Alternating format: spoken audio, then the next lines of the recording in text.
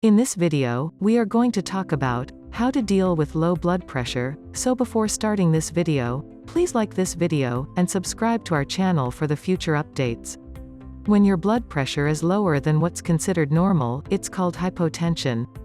High blood pressure, sometimes known as hypertension, is the polar opposite. The force of blood against the blood vessel walls is known as blood pressure, or BP. The heart pumps blood throughout the entire body. Two separate numbers are used to calculate blood pressure. Systolic pressure is the first or top number. This is the pressure that the heart is under while it is beating. Diastolic pressure is the second or bottom number. It's the pressure that builds up in the intervals between heartbeats. The pressure in the diastole is usually lower than the pressure in the systole.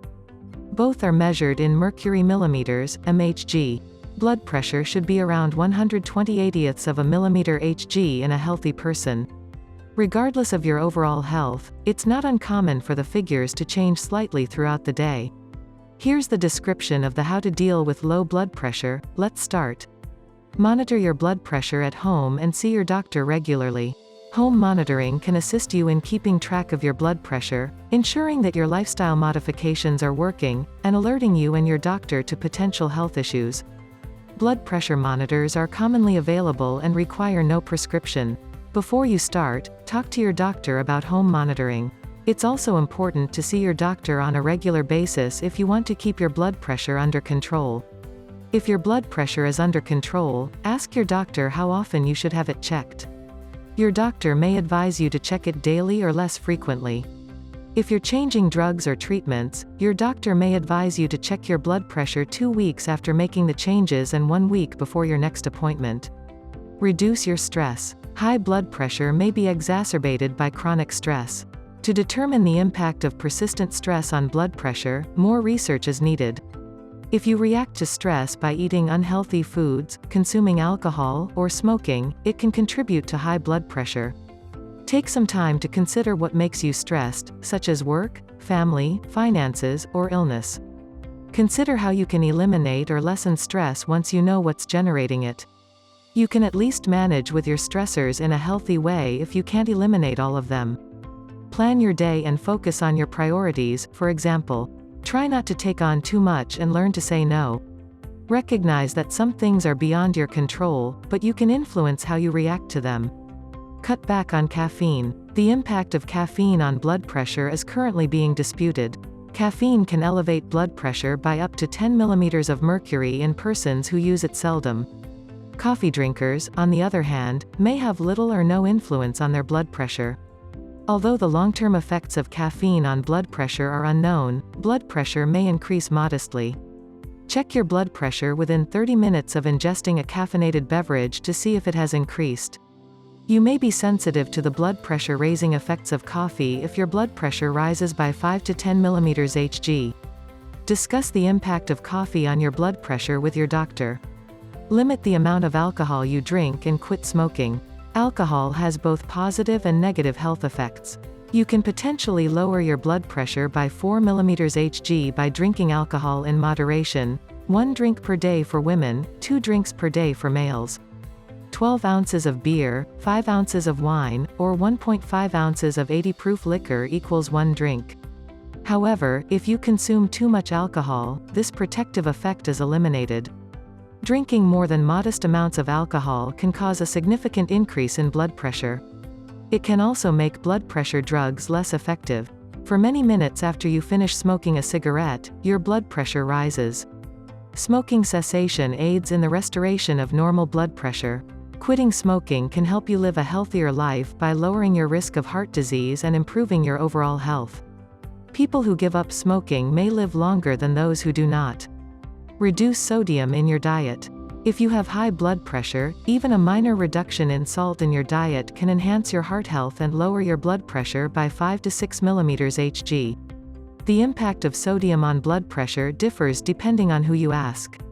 Limit sodium intake to no more than 2,300 milligrams mg per day.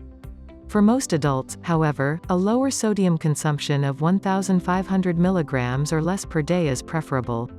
Consider the following suggestions to reduce sodium in your diet. If at all possible, substitute low-sodium foods and beverages for your regular purchases. Natural foods have only a little quantity of salt. The majority of sodium is added during the manufacturing process. The sodium content of a level teaspoon of salt is 2,300 milligrams. To add flavor to your cuisine, use herbs or spices. If you don't think you'll be able to dramatically reduce your sodium intake overnight, reduce it gradually. Over time, your palate will adjust. Eat a healthy diet. If you have high blood pressure, eating a diet rich in whole grains, fruits, vegetables, and low-fat dairy products while avoiding saturated fat and cholesterol can drop your blood pressure by up to 11 mmHg. Dietary approaches to stop hypertension, is the name of this eating strategy. It's not easy to change your eating habits, but following these guidelines will help you accomplish so. Even if it's only for a week, writing down everything you eat might reveal a lot about your genuine eating habits. Keep track of everything you eat, how much you consume, when you eat it, and why you eat it. Potassium can help lower blood pressure by counteracting the effects of salt. Foods like fruits and vegetables, rather than supplements, are the finest sources of potassium. Consult your doctor to determine the appropriate potassium amount for you. Exercise regularly. If you have high blood pressure, regular physical exercise, such as 150 minutes per week or around 30 minutes most days of the week, can drop it by 5 to 8 mmHg. It's critical to maintain consistency because stopping exercise can cause your blood pressure to rise again. Exercise can assist you avoid developing hypertension if your blood pressure is high. If you already have hypertension, regular exercise can help you lower your blood pressure to more manageable levels. Walking, jogging, cycling, swimming, and dancing are all forms of aerobic exercise that can help you lower your blood pressure.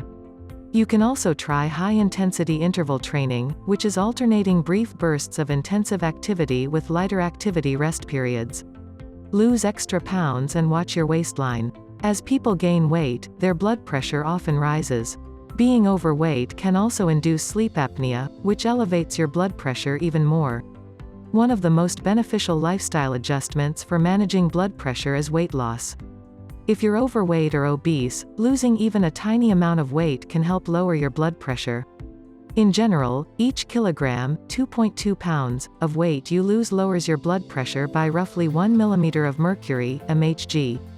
Aside from losing weight, you should also keep an eye on your waistline. Carrying excess weight around your waist can increase your chances of developing high blood pressure. What do you think of our video? Let me know in the comment section below. If you enjoy this video and want to hear from me again, be sure to hit that subscribe button before you go. Thanks for watching.